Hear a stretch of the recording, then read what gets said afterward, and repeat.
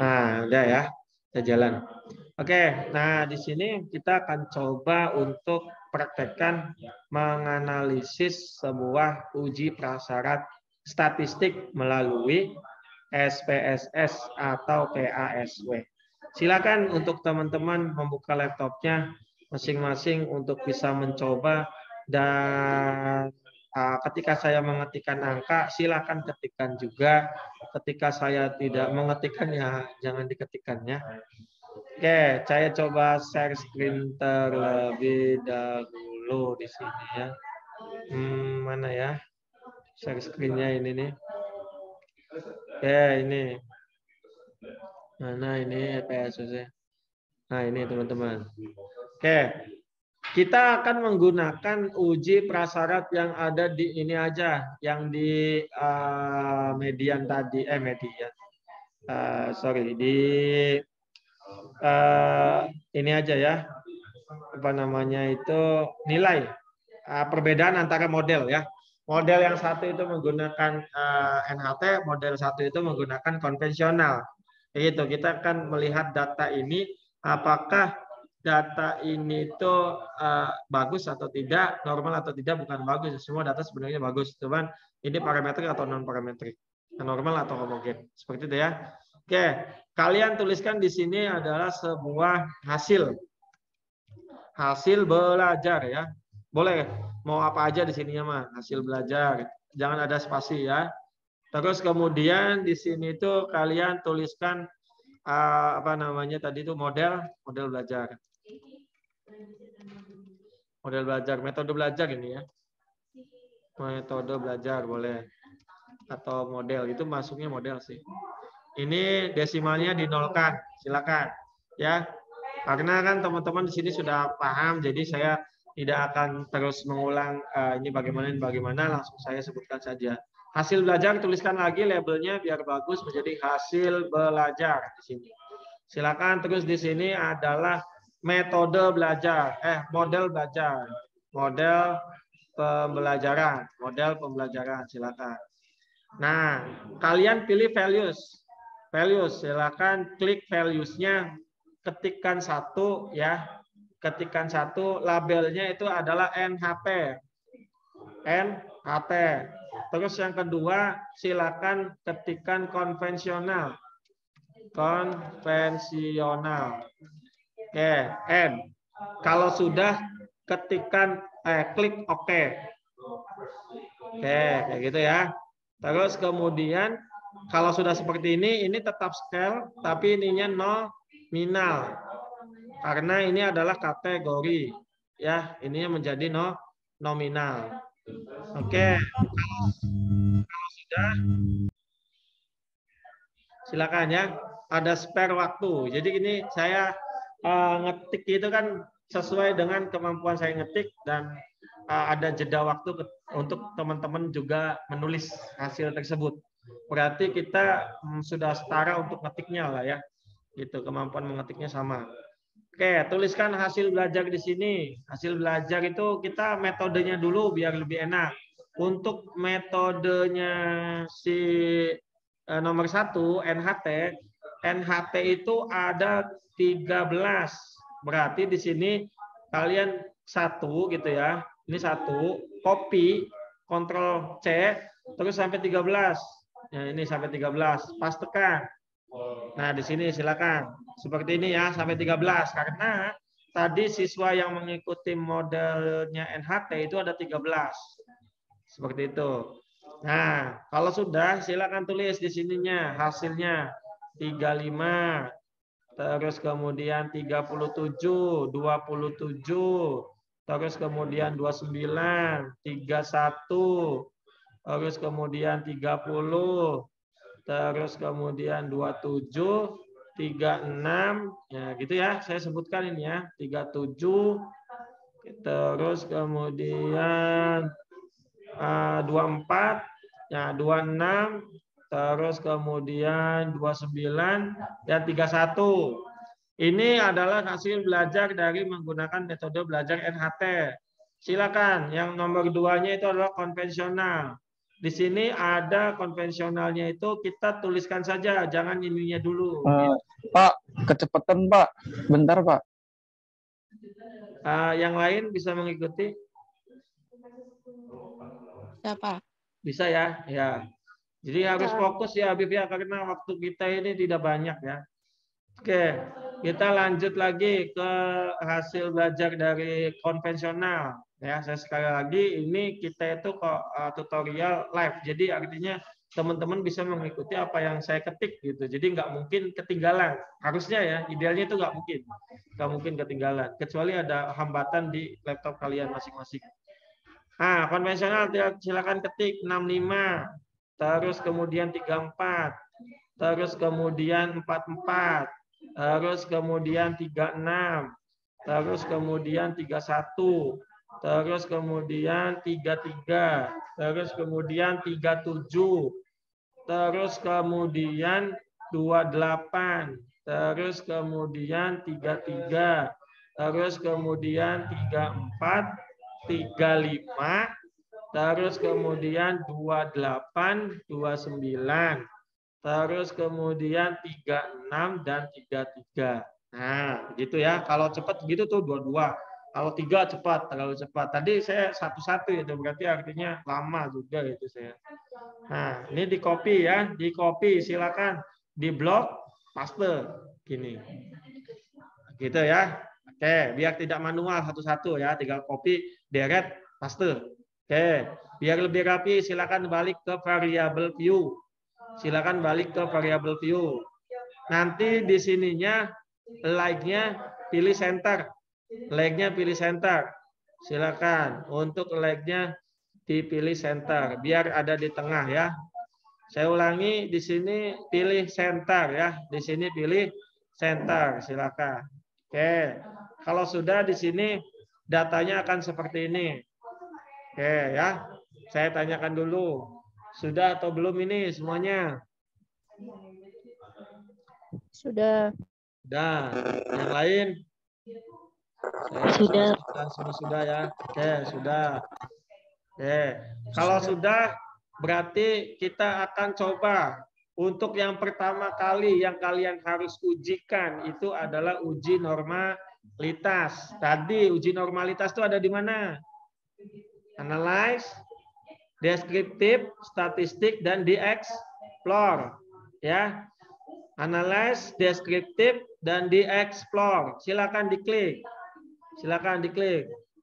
Silakan diklik. Ya, silakan diklik.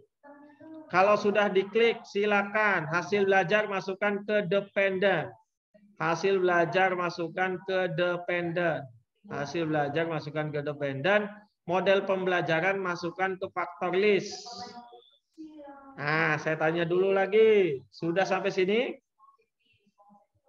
Sudah. Sudah. Oke. Nah, kita lanjutkan. Kalian pilih coba statistik. Di sini munculnya seperti ini. Sama ya. Ini tidak usah diapa-apakan.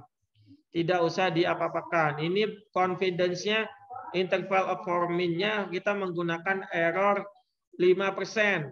Jadi di sini tuliskan 95% karena errornya 5%. Nah, kalau belum sama, tapi kalau udah sama udah diamkan. Terus kemudian plots-nya. Di sini klik plots. Klik plots. Dan ini ada bacaan di tengah-tengah sendiri, itu ada normality plots with test. Silakan dicentang. Silakan dicentang untuk normality plots with test-nya. Oke, saya tanya lagi, sudah atau belum?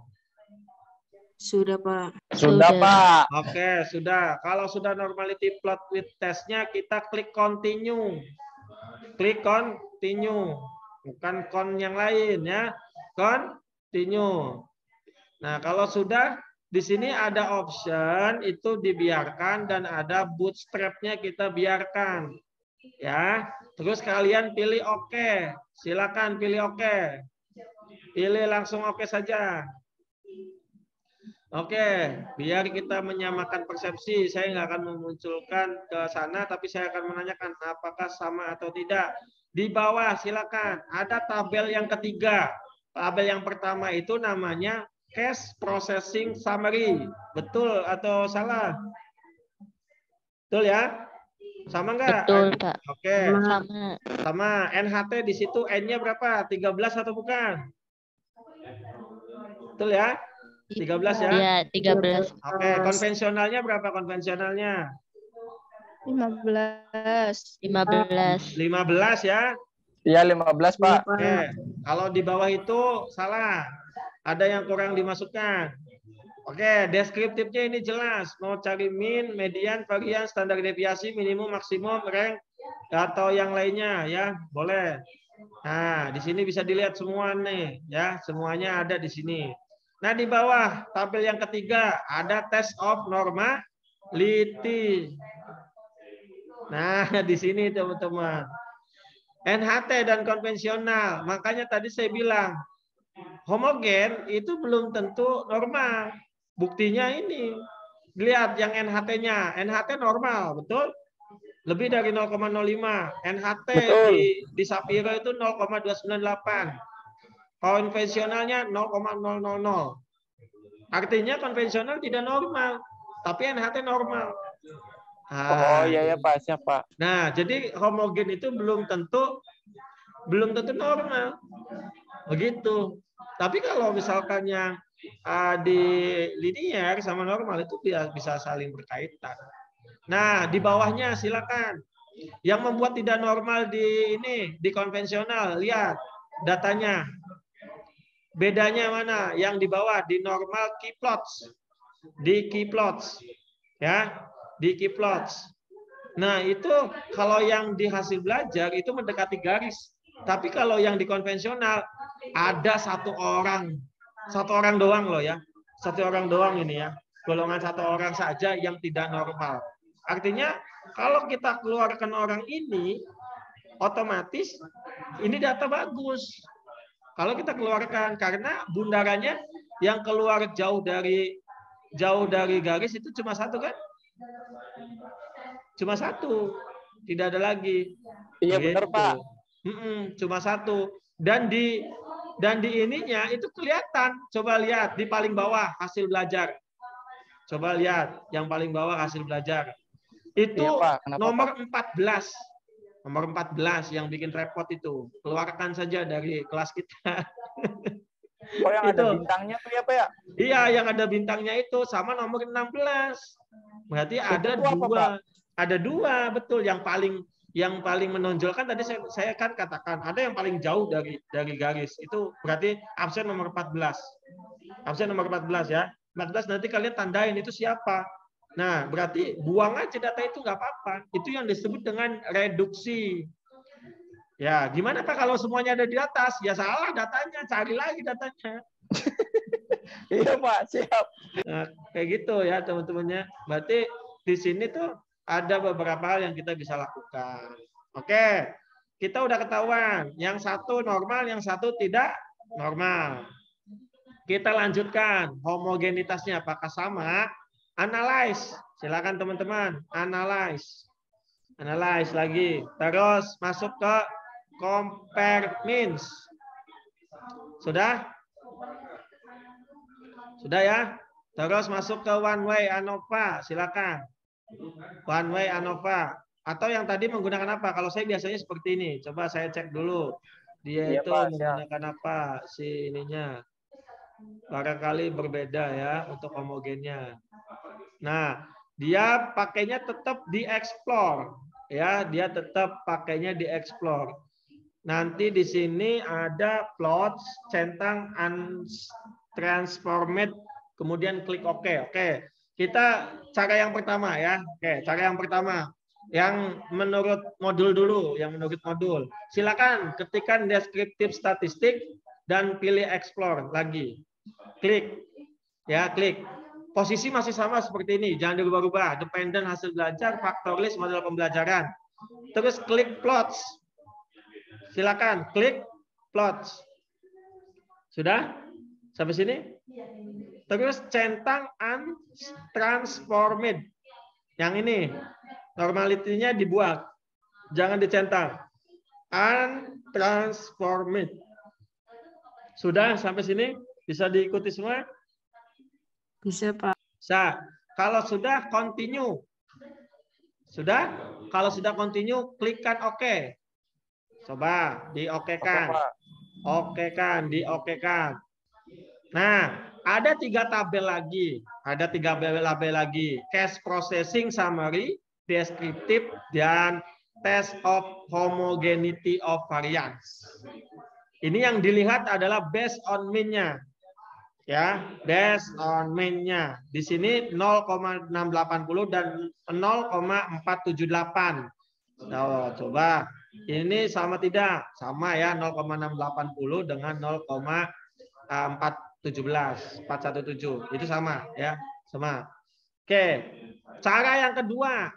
Ini sudah ya, bisa semua ya? Saya.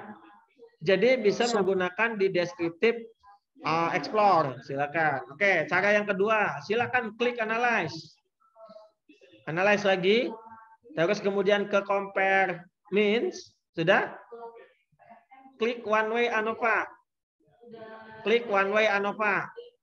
Silakan, dependent-nya itu adalah hasil belajar, faktor list-nya itu adalah model pembelajaran. Sampai sini, sudah atau belum? Sudah. Oke. Kalian klik option. Langsung aja. Option. Sudah option? Klik homogeneity of variance. Klik yang paling tengah itu homogeneity of variance test. Sampai sini. Sudah semua belum? Sudah, Pak. Oke, sudah. Klik continue dan klik OK. Klik continue dan klik OK. Oke. Di sini kita lihat tabel pertama itu ada test of homogeneity of variance. Signifikannya berapa? 0,417. Betul? Betul? Betul nggak? Ya, betul. Betul. Samakan dengan yang atas. Samakan dengan yang atas. Signifikasinya 0,417 bukan? Yang dari explore. Betul Ya, lah, betul. Yang based on mean-nya. Betul ya? Sama ya? Berapa, Pak? Berapa? 0,417. 0,417. Sama nggak? Sama yang Ya, tadi? Pak. Lanjut, Pak. Lanjut. Sama, Pak. Sama. Oke. Di Levin-nya statistiknya sama nggak? 0,680. Sama. Sama. Berarti kalian mau menggunakan cara yang pertama silakan. Mau pakai cara yang kedua juga sih. Silakan. Kalau saya biasanya menggunakan yang kedua. Kalau saya ya, karena ini simple tabelnya, simple sekali. Nah, kalau saya sih gunakan yang simple aja. Kalau ada yang mudah, kenapa yang susah? Oke, itu yang kedua. Dan yang terakhir, ya sesuai materi kita. Yang terakhir kita akan menguji sebuah linearitas dari data ini. Oke, yang pertama yang harus dilakukan, klik analyze. Klik analyze, pilih compare means, terus pilih means. Ya, silakan. Nanti di sini dependent list-nya adalah hasil belajar, model pembelajaran di independent list-nya. Oke, saya tanya dulu, sudah atau belum semuanya? Sudah, Pak. Yang lain, sudah atau belum? Sudah, Pak. Oke, sudah. Kalau sudah, kalian klik option. Klik option, sudah atau belum? Sudah. Oke, kalau sudah, yang paling bawah di statistik for first layer itu ada test for linearity yang paling bawah sekali ya, test for linearity. Sudah atau belum? Sudah. Sudah. Silakan untuk diklik continue. Habis klik continue, silakan klik OK. Oke. Sudah belum? Keluar nggak? Keluar ya? Keluar nggak? Sudah keluar itu belum? Iya, Pak. Sudah. Oke, sudah. Ada berapa tabel? Ada 4 tabel ya? Betul ya? Iya, Pak. Ada Iya. 4 tabel. Oke, yang dicari adalah di tabel ANOVA table. Yang dicari di ANOVA table. Di situ ada ya, di situ ada, silakan dicari linearity-nya. Ada nggak? Yang A itu kan itu with fewer than 3 group. Ada linearity measure for hasil belajar. Itu nilai signifikasinya berapa? Ini berbeda ya dengan yang tabel ANOVA table yang ada di apa namanya? Yang ada di modul, karena tadi kita kan ada yang pakai values, kalau yang di modul kan tidak ya. Jadi sama aja. Yang penting ada kata-kata di sini linearity measure for hasil belajar. Dan ini dilihatnya dari signifikasinya 0,078. 0,078 itu linear atau tidak? Linear tuh, Pak. Linear. Karena 0,078 itu lebih dari 0,05. 7 sama 5 itu gedean tuh 7. Nah, itu dia ya teman-temannya. Sudah, ini berarti sudah selesai semua. Hari ini kita membahas 3 ya. 3 uji. Yang pertama adalah uji normalitas. Yang kedua adalah uji homogenitas. Terus yang ketiga adalah uji linearitas.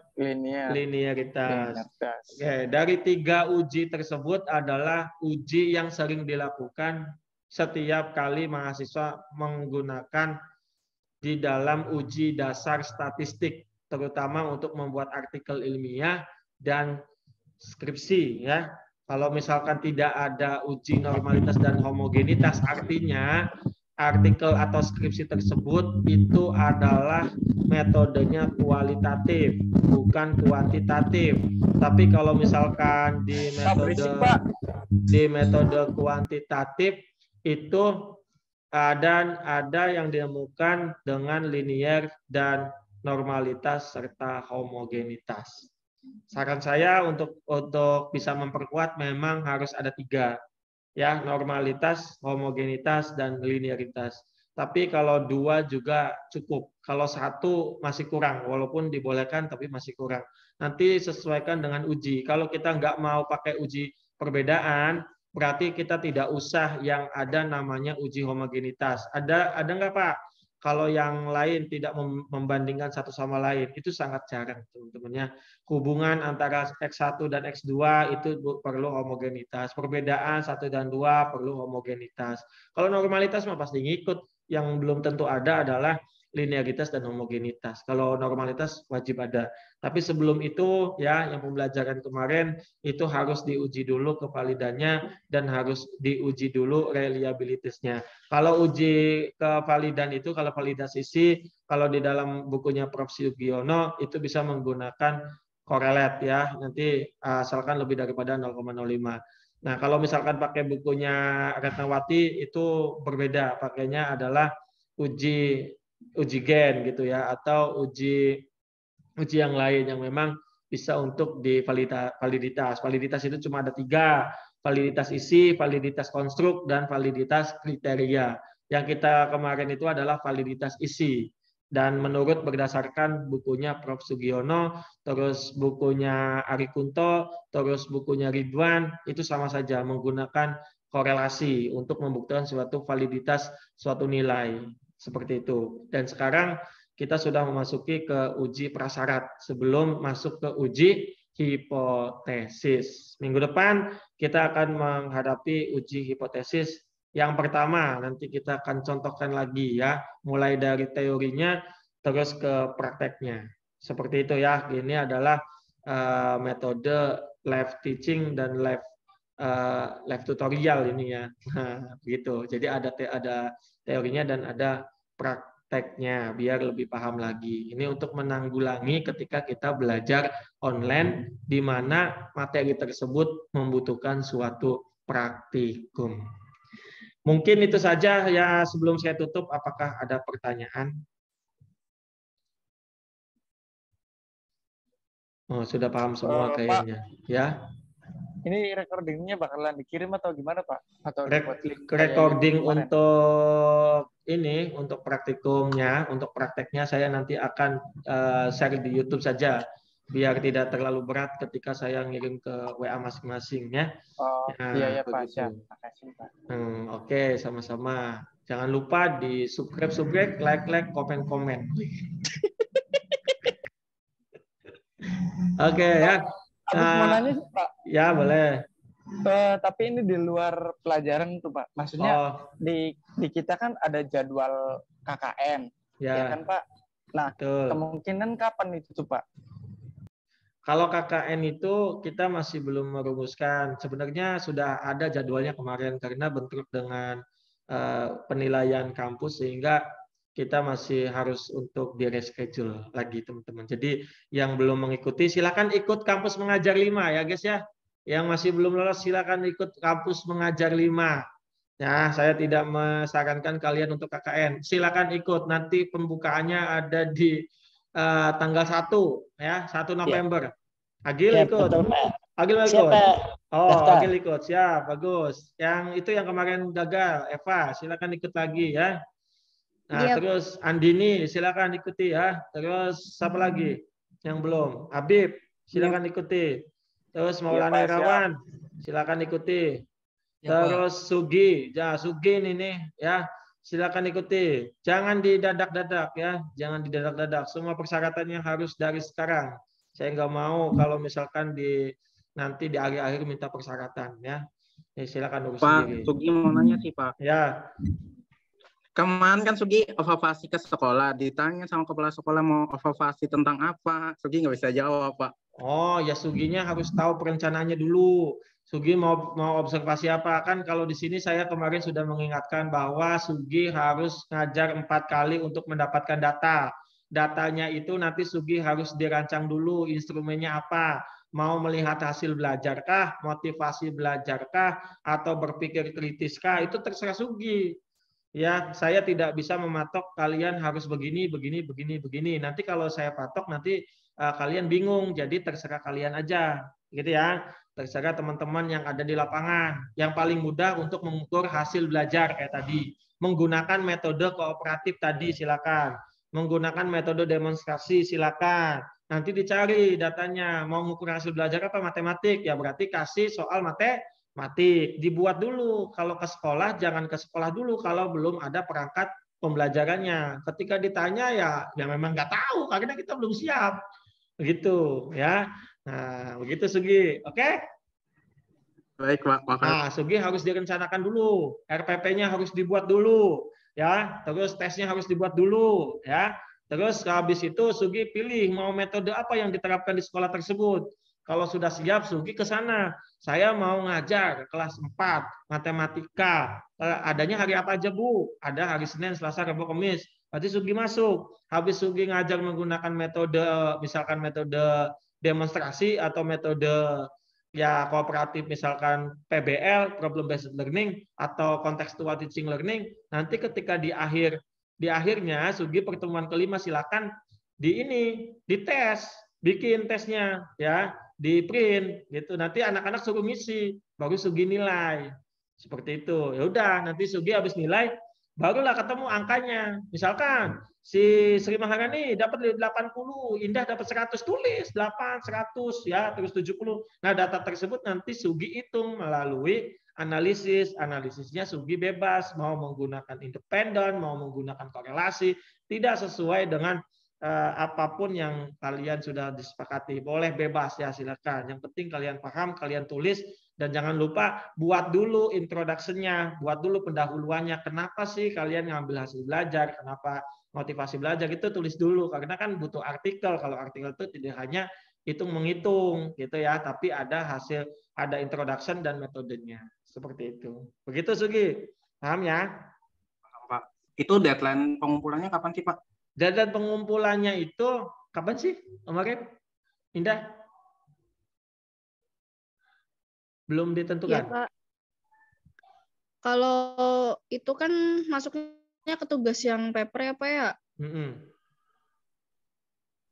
UAS itu. Kalau yang paper itu, ya kalau paper itu masuknya ke UAS, tapi nanti maksimal tuh dikumpulin di pertemuan ke-6. Nah, pertemuan ke-6. Ya, jadi pertemuan 6 apa pertemuan berapa, Indah? Pertemuan Kalau 9, tugas Indah, paper yang itu paper yang tugas 6. individu, Pak. Kalau yang tugas UAS itu bikin artikel. Kalau yang bukan dah, yang waktu itu tuh yang disepakatin itu yang paper itu di pertemuan 6, yang untuk UAS artikel itu di pertemuan 9. Oh. Kalau misalkan paper itu kan individu, tugas individu. Itu pertemuan ke-6. Oke. Kalau berarti pertemuan ke-9-nya, Gil. Iya Pak, yang artikel itu tuh. Oke. Pertemuan ke-9 untuk dikumpulkannya biar ada revisi ketika masih kekurangan. Tapi kalau sudah lengkap ya udah begitu ya. Nanti siap kita publishkan atau siap kalian utarakan di bulan Februari di seminar Caruban. Biar tidak usah mengikuti Caruban yang lain ya. 1 kali presenter cukup ya. Oke, ada lagi pertanyaan? Sudah. Oke, sudah ya. Karena memang sudah jam 3:30, 16.30 harusnya. Yang ini lebih dari 8 menit, saya mohon maaf. Kurang lebihnya saya mohon maaf. Wabillahi taufik wal hidayah. Saya tutup dengan wassalamualaikum warahmatullahi wabarakatuh. Waalaikumsalam warahmatullahi wabarakatuh. Terima kasih, Pak. Terima kasih semuanya. Ya. Terima kasih, Pak.